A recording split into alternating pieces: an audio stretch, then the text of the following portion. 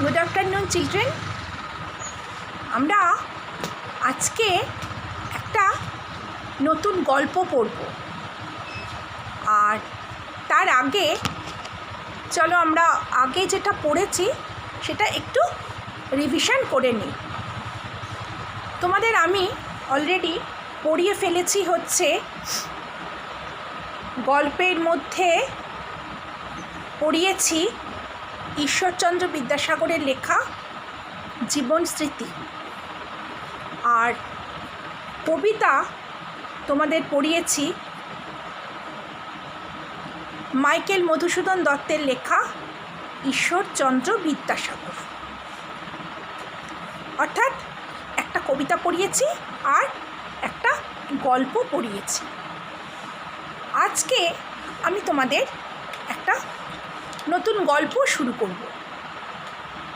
তার আগে দেখো, লাস্ট দিন অর্থাৎ গতকাল তোমরা যেই পোস্টটা পেয়েছো, গতকাল কিন্তু আমি কোনো ভিডিও দিইনি, আমি পোস্ট দিয়েছি।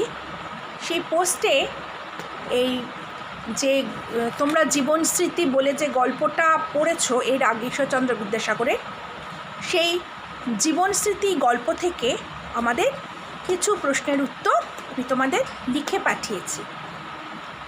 এই জীবন স্মৃতি গল্পটা কিন্তু ফার্স্ট ইউটিতে থাকছে না। আমি তোমাদের ফার্স্ট ইউটির সিলেবাস দিয়ে দিয়েছি। জীবন স্মৃতি গল্প আমাদের হাফ ইয়ারলিতে থাকবে। এবার জীবন স্মৃতি গল্প থেকে প্রশ্নের উত্তর তো অনেক, মানে প্রশ্নের উত্তর প্রত্যেকটা লাইন থেকেই প্রশ্ন করা যায়। সেই হিসেবে তোমরা প্রত্যেকটা লাইন বাই লাইন পড়বে, আর যেই প্রশ্নটা বা যেই লাইনটা কঠিন হবে আমি সেটা বারবার আমাকে বলবে, আমি সেটা বুঝিয়ে দেব। এবং এর মধ্যে থেকে 2-3টে ম্যাক্সিমাম প্রশ্ন আমি তোমাদেরকে লিখিয়ে দেব। প্রথম কথা, আমি ডাইরেক্ট ক্লাস পাচ্ছি না। এই 20 মিনিটসের ভিডিওর মধ্যে যদি প্রশ্নের উত্তরই প্রত্যেক দিন পাঠাতে থাকি তাহলে তো আর পড়ানোই হবে না।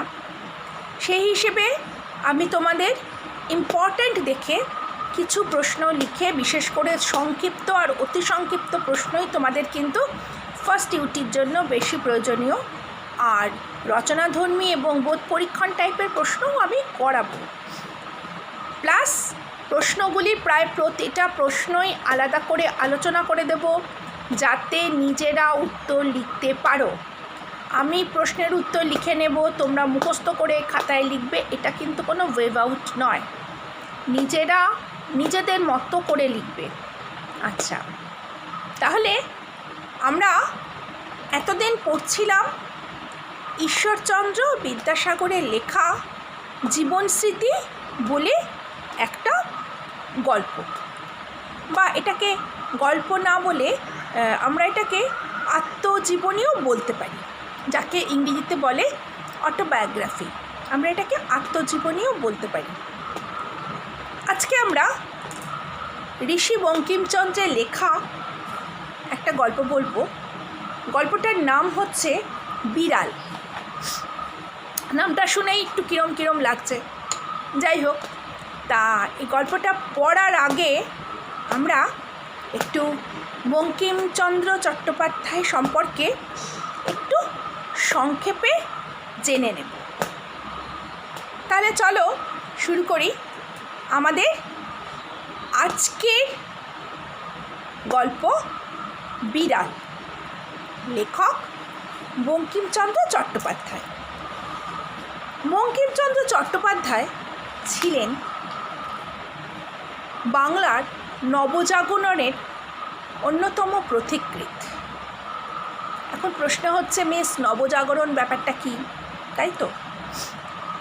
অ্যাকচুয়ালি নবজাগরণ, যাকে ইংলিশে বলা হয় রেনেসাঁ, এই নবজাগরণ বা রেনেসাঁ হচ্ছে এমন একটি সময় যেটা কোনো জাতির বা দেশের পক্ষে অত্যন্ত ভালো সময়। সেখানে ওই সময়টা শিক্ষা দীক্ষা, সাহিত্য, কালচার, সংস্কৃতি, কৃষ্টি, অর্থনীতি, ওভারঅল ডেভেলপমেন্ট হয়। সমাজের আমূল পরিবর্তন আসে। মানুষ কৃষ্টি এবং শিক্ষাকে, ঐতিহ্যকে মেনে নেয়। শুধু তাই নয়, বিজ্ঞানের আলোচনা হয়। তা এরকম একটা পরিস্থিতি আমাদের মোটামুটি 18th সেঞ্চুরিতেও কিন্তু আমাদের বাংলায় হয়েছিল। সেই সময় একের পর এক বিভিন্ন মানুষ আমাদের বাংলার আকাশে নক্ষত্র হিসেবে দেখা দিয়েছে। প্রথমেই দেখো ওই সময়টাই কিন্তু আসতেন ঈশ্বরচন্দ্র বিদ্যাসাগর এবং রাজা রামমোহন রায়, এই ধরনের সমাজ সংস্কারক, যারা সোশ্যাল রিফর্মার, তোমরা পড়েছ অ্যাজ আ সোশ্যাল রিফর্মার, এই ধরনের এই যে সমাজ সংস্কারক এরা ছিলেন। এই সমাজ সংস্কারকদের জন্যই দেশে অন্ধবিশ্বাস, কুসংস্কার, কুশিক্ষা বন্ধ হয়ে একটা চারিদিকে একটা শিক্ষা একটা ধারা বয়ে গিয়েছিল। বিদ্যাসাগর শিক্ষাকে সবার জন্য করতে চাইলেন। শুধু তাই নয়, তারপরে ধর্ম, আমরা শিক্ষা, সংস্কার, ধর্মতে আসলেন বিবেকানন্দ, আসলেন রামকৃষ্ণ, এবং এইভাবেই ধর্ম, সমাজ ব্যবস্থা থেকে শুরু করে জ্ঞান, বিজ্ঞান, রাজনীতি, অর্থনীতি, সব কিছুতেই আমাদের বাংলার তখন একটা ওভারঅল ডেভেলপমেন্ট হয়েছিল। তাকে আমরা বলি নবজাগরণ। এই নবজাগরণ 18th সেঞ্চুরিতে যেরকম আমাদের বাংলায় হয়েছিল, ঠিক সেরকম 16th সেঞ্চুরিতে প্রথম ইউরোপে হয়েছিল। এবং সেই নবজাগরণের ফলেই কিন্তু ইন্ডাস্ট্রিয়ালাইজেশন এবং তারপর অনেক কিছু সো অ্যান্ড সো। তোমরা এগুলো হিস্ট্রিতে পড়েছো। তা আমি তো ইতিহাস পড়াচ্ছি না, কিন্তু আমি সাহিত্য পড়াচ্ছি। কিন্তু সাহিত্য পড়তে হলে কিন্তু ইতিহাসকে একটু জানতে হবে। ইতিহাস ছাড়া সাহিত্য পুরোপুরিভাবে চলতে পারে না। তাই আজকে আমরা বঙ্কিমচন্দ্রের জীবনী বা লেখক হিসেবে বঙ্কিমচন্দ্র আলোচনা করলে সেই সময়কার প্রেক্ষাপটটা কিন্তু একটু বলতেই হয়, যে সেই সময়কার প্রেক্ষাপটে কিন্তু তখন ছিল চারিদিকে নবজাগরণের হাওয়া। ঠিক এইরকম পরিস্থিতিতে 1838 খ্রিস্টাব্দের 26শে জুন নৈহাটির কাঁঠালপাড়ার অঞ্চলে ঋষি বঙ্কিমচন্দ্রের জন্ম হয়। ছোটোবেলা থেকেই বঙ্কিমচন্দ্র তার বাবার সঙ্গে মেদিনীপুরে থাকতেন এবং সেখানে ইংরেজি মাধ্যম স্কুলে পড়াশোনা করতেন। পরবর্তীকালে বড় হয়ে উনি প্রেসিডেন্সি কলেজ থেকে ল পাস করেন এবং তারপরেই ওনাকে উনি এতটাই ভালো ছিলেন লেখাপড়ায় যে ওনাকে অ্যাজ এ ডেপুটি কালেক্টরকে ডেপুটি ম্যাজিস্ট্রেট হিসেবে সরকারি চাকরি, এবং চাকরিতে উনি বহাল হন। জীবনে পরবর্তী 31 বছর উনি কিন্তু চাকরি করেছিলেন, সরকারি চাকরি। তা আমরা প্রথম এবার যে বঙ্কিমচন্দ্রের উপন্যাস সম্পর্কে জানব। বঙ্কিমচন্দ্রের যে লেখা জীবন বা অ্যাজ এ লেখক হিসেবে বঙ্কিমচন্দ্র, তার সময়টা কিন্তু তার এই যে জার্নিটা কিন্তু শুরু হয়েছিল অ্যাজ এ কবি। ঠিক আছে, বঙ্কিমচন্দ্র কিন্তু প্রথমেই এইটা লেখেননি, তিনি একজন কবি হিসেবে তার জার্নিটা শুরু হয়েছিল। এবং দেখা যায় তার লেখা প্রথম কবিতা সংকলন হচ্ছেন ললিতা ও মানস বলে একটা কাব্য সংকলন ছিল। তারপরে গদ্য রচনাতে বঙ্কিমচন্দ্র প্রথমে লিখলেন ইংরেজি ভাষাতে একটা উপন্যাসটির নাম হলো রাজমোহনস ওয়াইফ। এরপর বঙ্কিমচন্দ্র কিন্তু আর ইংলিশে কিছু লেখেননি। তারপর উনি শুরু করলেন তার বিখ্যাত উপন্যাস দুর্গেশনন্দিনী দিয়ে। আমরা বঙ্কিমচন্দ্রের সমস্ত লেখাগুলোকে যদি মোটামুটিভাবে এক জায়গায় আনি, তাহলে দেখা যায় বঙ্কিমচন্দ্র একটু ঐতিহাসিক, সামাজিক এবং হাস্যরসাত্মক 3 ধরনের উপন্যাস লিখতেন। তার লেখা বিখ্যাত ঐতিহাসিক উপন্যাসগুলোর মধ্যে পড়ছে দেবী চৌধুরানী, দুর্গেশনন্দিনী, তারপর রাজসিংহ, তারপর দুর্গেশনন্দিনী, রাজসিংহ, দেবী চৌধুরানী, আনন্দমঠ ইত্যাদি। আর সামাজিক উপন্যাসের মধ্যে পড়ছে বিষবৃক্ষ, কৃষ্ণকান্তের উইল, তারপরে তোমার ইন্দিরা, যুগলাঙ্গরীয় ইত্যাদি ইত্যাদি। আর বঙ্কিমচন্দ্র অসাধারণ হাস্যরসাত্মক রচনাও লিখতে পারতেন। তার চরিত্র সৃষ্টি ছিল, মানে বঙ্কিমচন্দ্র সৃষ্টি করেছিলেন মুচিরাম গুড় বলে একজনের চরিত্র, এবং সেই মুচিরাম গুড়ের জীবনচরিত তার লেখা হাস্যরসাত্মক গল্পের অন্যতম। যাই হোক, তাহলে আজকে আমরা বঙ্কিমচন্দ্রের লেখা একটা ছোট গল্প পড়ব। বঙ্কিমচন্দ্র কিন্তু সেই হিসেবে ছোট গল্প রচয়িতা ছিলেন না, তার বেশিরভাগই ছিল উপন্যাস, এবং তা সত্ত্বেও কিছু কিছু জায়গায় ছোট গল্প সংকলন হিসেবে কিছু আমরা গল্প পাই। আজকে আমরা একটু ভিন্ন ধর্মী একটা গল্প পড়ব। গল্পটার নাম বিড়াল। তাহলে চলো আমরা শুরু করি আমাদের আজকের গল্প, বঙ্কিমচন্দ্র চট্টোপাধ্যায়ের লেখা বিড়াল। এই গল্পটিকে কিন্তু কমলাকান্তের দপ্তর থেকে নেওয়া হয়েছে। আমি বললাম মুচিরাম গুড়ের জীবনচরিত আর কমলাকান্তের দপ্তর, এই দুটো উনি হাস্যরসাত্মক চরিত্রায়ন করে লিখেছেন।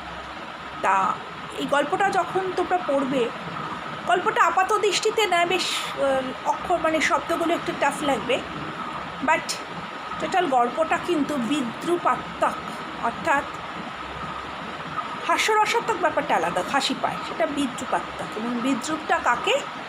সমাজ ব্যবস্থাকে, অর্থাৎ আমাদের তথাকথিত সমাজ ব্যবস্থার অনেক কিছু অন্যায় বা অনৈতিকতা আমরা দেখি, বুঝি, কিন্তু বলতে পারি না। এই অন্যায় বা অনৈতিকাকে বিদ্রুপ করেই আজকের এই গল্প, কমলাকান্তের দপ্তর থেকে নেওয়া বঙ্কিমচন্দ্র চট্টোপাধ্যায়ের লেখা বিড়াল। আমি শয়নগৃহে মানে আমি শোবার ঘরে চারপাইয়ের ওপর বসিয়া হুঁকা হাতে ঝিমাইতেছিলাম। চারপাই কথাটার অর্থ আন্ডারলাইন করো। চারপাই মানে চারপাই ব্যাপারটা কি? খাটের ওপর বা চৌকির ওপর চারটে পা থাকে, তাই জন্য বলছে চারপাই। চারপাইয়ের ওপর বসিয়া, চার পায়ের তলায় কিন্তু আন্ডারলাইন করো, হুঁকা হাতে ঝিমাইতেছিলাম। একটু মিটমিট করিয়া ক্ষুদ্র আলো জ্বলিতেছে, অল্প অল্প করে কোথাও একটু আলো জ্বলছে। দেয়ালের ওপর চঞ্চল ছায়া প্রেতবৎ নাচিতেছে। প্রেতবৎ আন্ডারলাইন করো। প্রেতবৎ মানে ভূতের মতো। বলছে দেয়ালের ওপর চঞ্চল ছায়া, অর্থাৎ তোমরা তখন আর কারেন্ট অফে থাকো না, জানি না লকডাউনের মধ্যে কখনো কারেন্ট অফ ফেস করেছো কি না। যদি কারেন্ট অফ হয়ে যায়, তুমি যদি ডিম লাইট বা মোমবাতি বা কিছু একটা জ্বালিয়ে রাখো, ঠিক তার দেয়ালের উল্টো দিকে না একটা বড় ছায়া হয় তার, আর এরকম সেটাকে আস্তে আস্তে নড়ে, এটা যেন মনে হয় ভূতের ব্যাপারে। এখন তো আমরা ওই ইনভার্টারের জন্য কারেন্ট যাওয়া বা এসব মোমবাতি জ্বালানো জানিই না। যাই হোক, যেন মনে হচ্ছে একটা দেয়ালের ওপর একটা ছায়া ভূতের মতো নাচছে। আহার প্রস্তুত হয় নাই, মানে খাবার এখনও তৈরি হয়নি, এজন্য হুঁকা হাতে। তখনকার দিনে লোকেরা খুব হুঁকা খেত, এই জন্য হুঁকা হাতে নিয়ে আমি বসে আছি। নিমিলিত লোচনে, আন্ডারলাইন করো, নিমিলিত লোচনে অর্থাৎ চোখ বন্ধ করে, চোখটা হাফ বন্ধ করা, মানে ওই ঝিমোচ্ছি ব্যাপারটা আর কি। নিমিলিত লোচনে, লোচন মানে আখি বা নয়ন। আমি ভাবিতেছিলাম যে, নিমিলিত লোচনে আমি কি ভাবছিলাম? যে আমি যদি নেপোলিয়ান হইতাম তবে ওয়াটারলু জিতিতে পারিতাম কিনা। মানে ভাবছে লেখক, তখনও খাবার তৈরি হয়নি, হুঁকো নিয়ে ঝিমোচ্ছে আর ভাবছে, আচ্ছা আমি যদি নেপোলিয়ান হতাম তাহলে আমি কি ওয়াটারলুর যুদ্ধটা জিততে পারতাম? মানুষের মন তো কত রকমের ভাবনাই তো আসে। ভাবছিলাম, এমন সময় একটা ক্ষুদ্র শব্দ হলো, ম্যাও। ঠিক সেই সময় একটা আওয়াজ হলো, ম্যাও বলে। চাহিয়া দেখিলাম, তাকিয়ে দেখলাম, হঠাৎ কিছুই বুঝতে পারলাম না। প্রথমে মনে হলো ওয়েলিংটন হঠাৎ বিড়ালত্ব প্রাপ্ত হইয়া আমার নিকট আফিং ভিক্ষা করিতে আসিয়াছে। ভাবছে ওই যে ওয়াটারলুর যুদ্ধটা জিততে পারতো কিনা, সেটার জন্যই হঠাৎ করে আওয়াজটাতে না একে হুকো খাচ্ছে, ঝিমোচ্ছে, থতমত খেয়ে গেছে, কিছুই বুঝতে পারেনি। ভাবলো ওই যে ওয়াটারলুর যে যুদ্ধটা জিততে পারতো কিনা সেটা তো মাথায় আছে, তাই ভাবলো যে ওয়েলিংটন হঠাৎ বিড়াল হয়ে গিয়ে আফিং খেতে এসছে, আমার নিকট আফিং ভিক্ষা করতে এসছে নাকি। মানুষের মন কত কিছুই তো ভাবা যায়, তাই লেখক এটা ভাবছিলেন। প্রথম উদ্যনে পাষাণবৎ কঠিন হইয়া বলিব মনে করিলাম যে ডিউক মহাশয়কে ইতিপূর্বে যথোচিত পুরস্কার দেওয়া গিয়াছে, এখানে তার অতিরিক্ত পুরস্কার দেওয়া যাইতে পারে না। এবার এই জায়গাটা তোমাদের সবারই অদ্ভুত লাগছে, আরেকবার বারবার পড়ি, ভালো লাগবে। প্রথম উদ্যমে মানে প্রথমেই পাষাণবৎ কঠিন হইয়া, পাথরের মতো কঠিন হইয়া ভাবলাম বলবো যে ডিউককে এর মধ্যেই অনেক পুরস্কার দেওয়া হয়ে গেছে, আর বেশি পুরস্কার দেওয়া ভালো না। এখন প্রশ্ন হচ্ছে ডিউকটা কে, তাই না? ডিউকটা কে মানে ওই যে লেখক নিমিলিত লোচনে ভাবছিল নেপোলিয়ান ওয়াটারলুটা জিততে পেরেছে, আমি নেপোলিয়ান হলে জিততে পারবো কি না। অর্থাৎ ওর তো মাথায় এখনও সেই নেপোলিয়ান আর ওয়াটারলু যুদ্ধটাই ঘুরছে। এইবার যেই ও ম্যাও শব্দ শুনলো, কি ভাবলো যে আরে তাহলে কি সেই যুদ্ধের ওয়েলিংটন আমার কাছে বেড়াল হয়ে আফিং ভিক্ষা করতে এসছে। এবার সে প্রথমে একদম খুব গম্ভীর হয়ে ভাবলো যে এবার আমি বলে দেব যে ডিউককে এর আগে অনেক পুরস্কার দেওয়া হয়েছে, আর আমি পুরস্কার দিতে পারবো না। বিশেষ অপরিমিত লোভও কিন্তু ভালো নয়। মানে ও ভাবলো ওর কাছ থেকে আফিং চাইতে সেই ডিউক চলে এসছে সেই যুদ্ধর ওখান থেকে। ডিউক বলিল, ম্যাও। তখন চক্ষু চাহিয়া ভালো করিয়া দেখিলাম যে, তখন ভালো করে কি দেখল, ওয়েলিংটন নহে, একটি ক্ষুদ্র মার্জার। কে এসছে? ওয়েলিংটন আসেনি, তাহলে কে এসছে? একটা ছোট্ট বেড়াল এসছে। মার্জার মানে বেড়াল। যতটুকু পড়ালাম ভালো করে রিডিং করবে। আজকে এইটুকুই থাকলো, কালকে আবার পড়াবো। গল্পটা কিন্তু বেশ মজার, একটু অন্য রকম। মানে অ্যাকচুয়ালি এই বঙ্কিমচন্দ্রের লেখা এই যে কমলাকান্তের দপ্তর বা মুচিরাম গুড়ের জীবনচরিত থেকে নেওয়া এই গল্পগুলো কিন্তু 8-5টা গল্পের মতোই সাধারণ গল্প নয়।